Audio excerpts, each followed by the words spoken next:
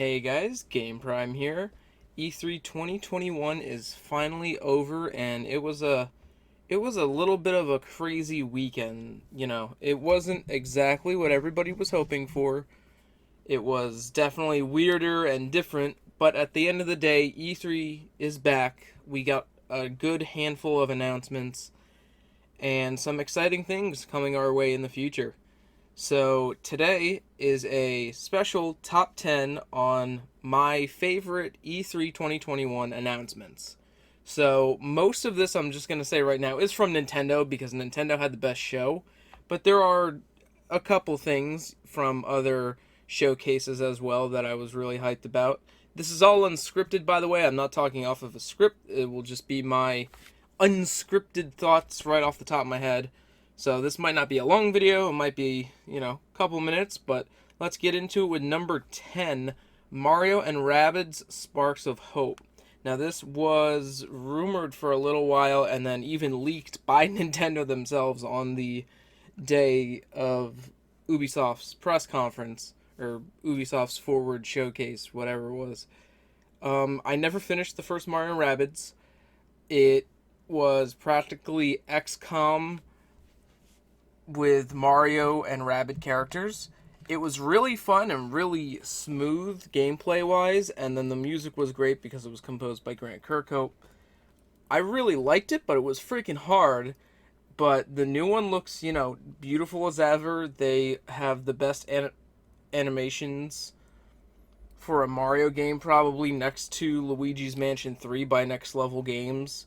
The animations just look incredible. They're so expressive. Every character.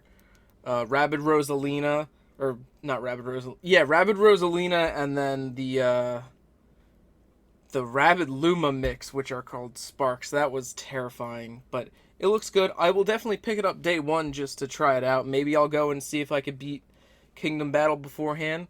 I also did hear that this game is going to have kind of like free control over the battlefield when you play, but I'm not really sure about that. But anyway, I am hyped about it, hyped for more Grant Kirkhope mastery in the soundtrack. And, yeah.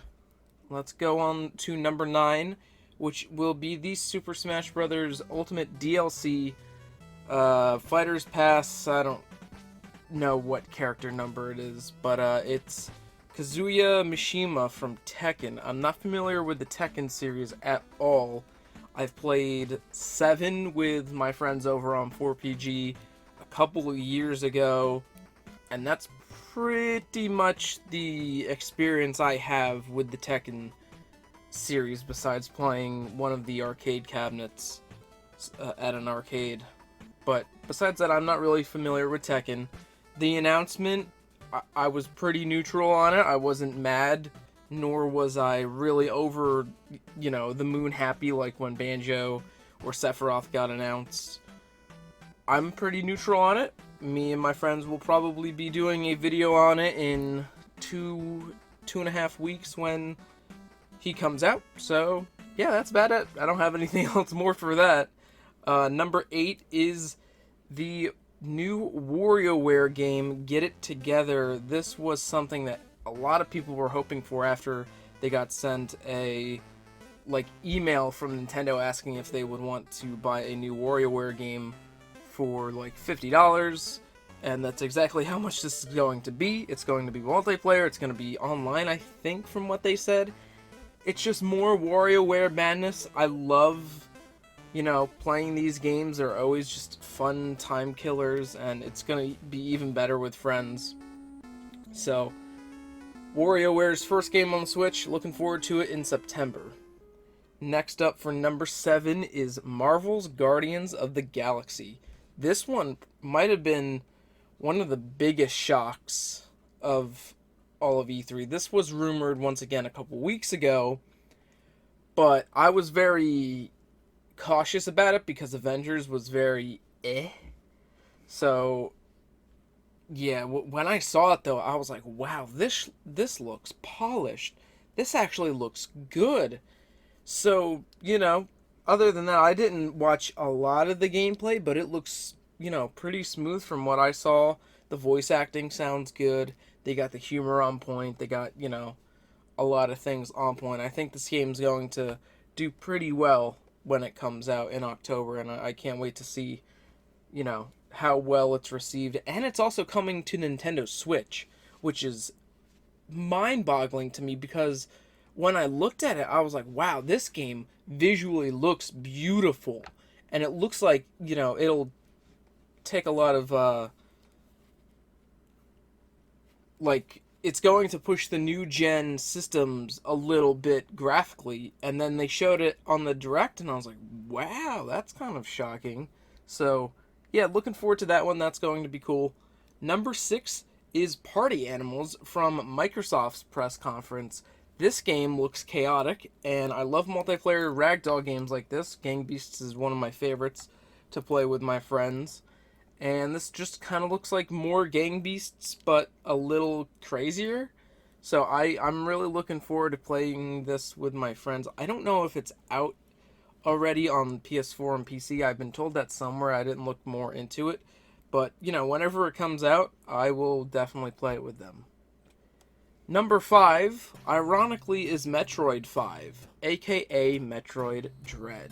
This game has been in development for 15 years, technically. They canceled it twice, and now they finally brought it back, and it's true. I remember hearing about this many years ago, and they even teased it in Metroid Prime 3. And when I saw that Dread logo come up, I screamed so loud. I'm a decently big Metroid fan. I'm not the world's biggest Metroid fan. It was more of the game my mom played a lot. She really loves Metroid, so I always watched her play a lot of the games, but I always loved Samus, and I loved the aura of all the games. And I remember when I got Samus Returns on the 3DS, and I was playing it, and I was like, damn, I really wish this was on the Switch. And now, Mercury Steam is back making Dread, and it looks amazing. I got the Amiibos pre-ordered, I got the Special Edition pre-ordered. I am hyped for Metroid Dread in October. Number 4 is Super Monkey Ball Banana Mania. I almost said Blitz. Banana Mania. This was also rumored and leaked a while ago with the voice announcer for all the, older Monkey Ball games saying he's coming back to do voice acting for a new Monkey Ball that's going to be just like the originals, and it will literally be the originals. It's, I'm gonna say a remake. They said remaster. It's a remake of Super Monkey Ball 1, 2, and Deluxe, which kind of makes sense and kind of doesn't, because Deluxe was just, I wouldn't say a remaster, but it was a compilation of courses from 1 and 2, and then some courses from Super Monkey Ball 3 that they never ended up making. So it looks like it's just going to be all 3 of those games. Hopefully there's some new courses too, and it looks like it's going to be amazing, and just everything that Super Monkey Ball fans want. There's not going to be any jumping unless you want to toggle that option on. There's accessibility options like that. If you pre-order it, you get the old skin packs of how the characters used to look on, the original version. So they're doing this very well. It's also being developed by Ryogo Gataku Studios, which is an amazing studio. I love all the Yakuza games. They do amazing work. And, the main guy of Ryogo Gataku was one of the main guys on Monkey Ball all those years ago. So having the team back, taking care of their monkey babies, we're in good hands, and I'm so excited for this Monkey Ball being back. The only thing I don't really like is the name, because you look at it and there's no hints in the name that it's a remake or a remaster of 1, 2, and Deluxe. I remember there was a rumor of it being called Retro. That would have been a better title. I don't like the title, but whatever. We're getting what looks to be a fantastic Super Monkey Ball game very soon. Number 3, Doki Doki Literature Club Plus. Now, this game, I can't talk about it a whole lot because it would ruin the entire experience for anybody, but this is a visual novel, psychological horror game. And that's it. Me and my friends played this on our channel a couple years ago. All of our first time playing it, even though I think Dan knew a little bit of what was going to happen. It was a trip and a half. It is honestly one of my favorite experiences in video games in the past, like, decade. The way Dan Salvato designed the game, I could only compare it to Undertale, and there's a lot to it. It's very good, very funny, very scary at points, but they announced a physical version of it, and it's coming to consoles too. So I got a PS5 version pre-ordered, I got a Switch version pre-ordered, and I got a Switch digital version pre-ordered, since the physicals aren't coming out until sometime in July, I believe, but the digital is coming out in just about 2 weeks, so I'm really looking forward to that. I love this game. There's gonna be even more like side stories and stuff. There's gonna be like a music player, and like the whole design of the game's going to like simulate a computer desktop, which is also really cool. So I'm really looking forward to this, and I can't wait for other people to finally experience one of the most insane experiences in games that I've experienced. You know, coming from somebody who doesn't even like to play visual novels or like anime games that much, or like dating games. Like, this is an experience, and you need to play it and experience it for yourself, because it is a trip from start to finish. Number 2, the sequel to The Legend of Zelda Breath of the Wild got another trailer, and it looks insane.